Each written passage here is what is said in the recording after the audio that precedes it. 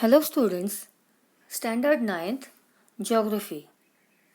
We have studied till now that the internal movements and their effects on the surface of the earth. The changes that have occurred due to the folding, faulting, volcanic eruptions and earthquakes. We know that block mountains and fold mountains are formed due to the slow movements. But do they remain the same forever? If there are any changes occurring on these landforms, what are these changes? And what factors are responsible for the changes? Such questions are answered in the lesson number 3, Exogenetic Processes, Part 1. Exogenetic processes. The external process. The landforms that are formed as a result of the endogenetic movements are exposed to various forces of nature. These forces, like water, solar energy, wind, change the primary landforms and give rise to new landforms. Let's study these processes and their impact on human life. Here in these pictures, you can see some effects on the rocks. The first picture shows rocks are broken apart from the parent rock. The second picture shows a tree has grown into a rock and the rock has broken apart. The third picture, an ant is seen approaching a hole. And the fourth image shows a reddish layer formed on the rock. All these pictures or images are an effect of some external force. What is this external factor? First thing is the temperature. The temperature acts as an external factor on the rocks. The rocks are exposed to heat of the sun. The minerals present in the rocks expand due to high temperature and contract when the temperature decreases. This goes on continuously. As a result, there is tension in the rocks. Some minerals expand more while others do not. Consequently, the tension in the rocks also increases and decreases, and as a result, the rock breaks. Such a weathering is called mechanical or physical weathering and is common in hot deserts. The second picture shows the frost. You know that the volume of water increases when it freezes. In the areas where temperature drops below freezing point, the water accumulated in cracks of rocks freezes. This increases its volume and exerts pressure on the rock. Thus, the rock shatters. This is also a type of mechanical weathering. Some areas experience heavy rainfall. Rocks like sandstone soak the water. As these rocks are formed due to pressure on sand particles, when water penetrates through these rocks, the particles get loose and separate from the main rock. This is called granular weathering. As you can see here, the grains of the sand are separated from the parent rock. So such type of weathering is called as granular weathering. Here you will see that layers of the rock are separated. Just like an onion is peeled off, the layers of this rock are also peeled. The exposed part of the rock gets more heated, while the inner part is comparatively cooler. Due to this, the outer layer of the rock falls apart from the main rock. Now this process goes on continuously for a number of years, and hence we can see one by one layers separated from the parent rock. This is called as exfoliation of the rock. So in mechanical weathering, We have studied block disintegration, granular weathering, and exfoliation.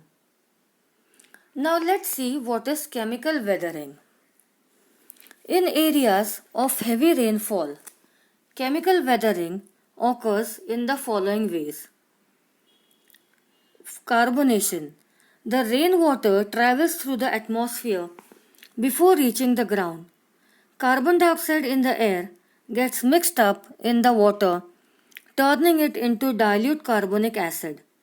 Material like limestone get dissolved in such acids. Then solution. Some minerals in the rocks get dissolved in the water and are washed off the parent rock. So here in the first image you will find some holes on the face of the statue. So this is because of the chemical weathering that has occurred on the face of the rock. Oxidation. The rocks which contain iron, when comes in contact with water, gets rusted. A reddish layer of rust is formed due to oxidation, which further weakens the rock. In the previous image we have seen the rock with a reddish layer over it. So that rock has got the reddish layer due to the oxidation. Here you can see the salt weathering. This surface of rock has been continuously in contact with the saline water. And due to the saline water, due to the hitting of the sea waves or the saline water, the minerals from this rock are dissolved and washed off.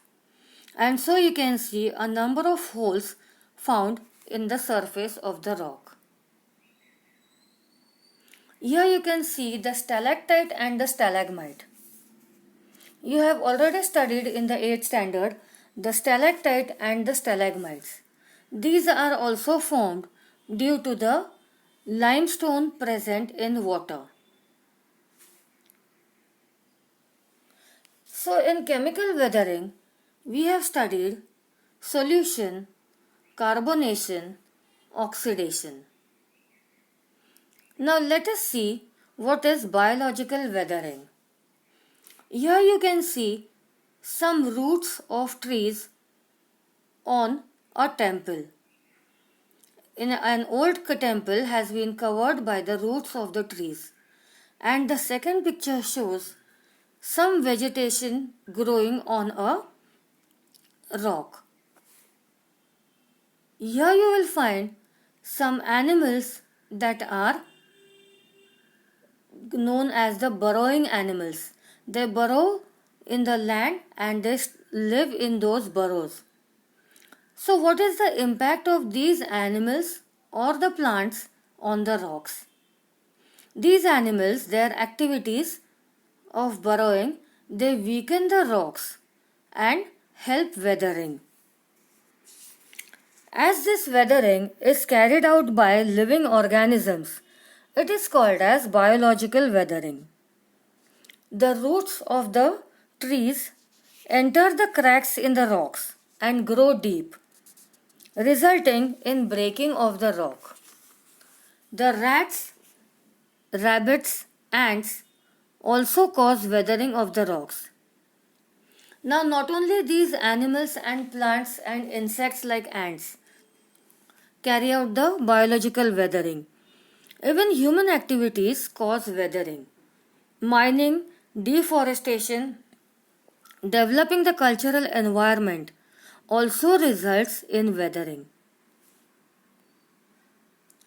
So in biological weathering, we have studied weathering by plants, weathering by insects and animals, and weathering by humans. Now how this biological weathering puts an impact on the environment. Here you can see the rapid mass movements.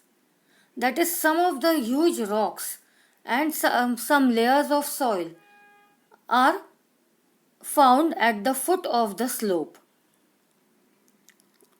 This rapid mass movement results in the landslides and even the mudslides. Now, what is rapid mass movements?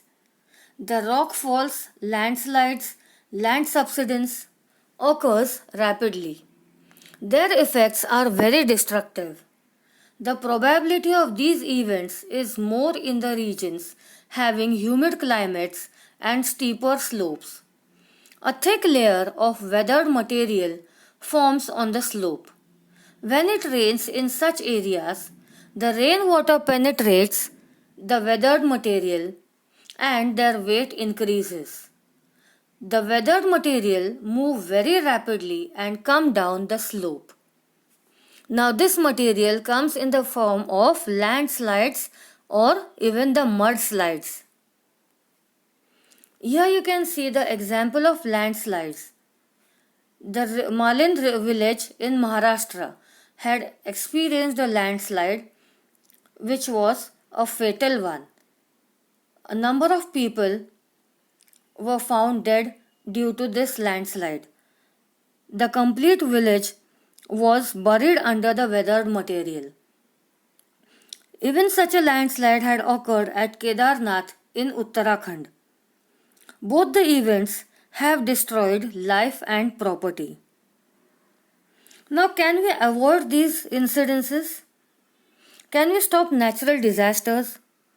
How can we protect our life and property from the wrath of nature? Think over these questions and give your answers. Due to these rapid mass movements, the weathering, the chemical weathering or the mechanical weathering and the biological weathering, we have to face a number of disasters. So, do we need to stop our development or can we avoid these weatherings? Never. So, what can we do for it? So, there is the disaster management. Mainly, human intervention in environment must be minimized. Mining, deforestation, construction of roads in fragile landscapes, all these cannot be stopped but can be done taking a proper care. Settlement in the risk zone to be avoided. Study the land if you know that the landform in this part is dangerous to live. There may be landslides, there may be mudslides. So the settlements in such zones should be avoided. Know your land. As we know, the Himalayan land is a fragile land. All the Himalayan mountains are made up of sedimentary rocks. They are made up of sediments and the environment is very fragile. So, you have to think before constructing new bridges or new settlements in these regions. And the last one is the awareness. People have to be aware about the disasters and how to manage those disasters. In this lesson, we have studied the types of weathering, that is mechanical weathering, chemical weathering and biological weathering. And we have also studied how to manage the natural disasters. Now you will read the lesson thoroughly and write down the exercises, the questions in the exercise in your classwork notebook. Thank you. Stay home, stay safe.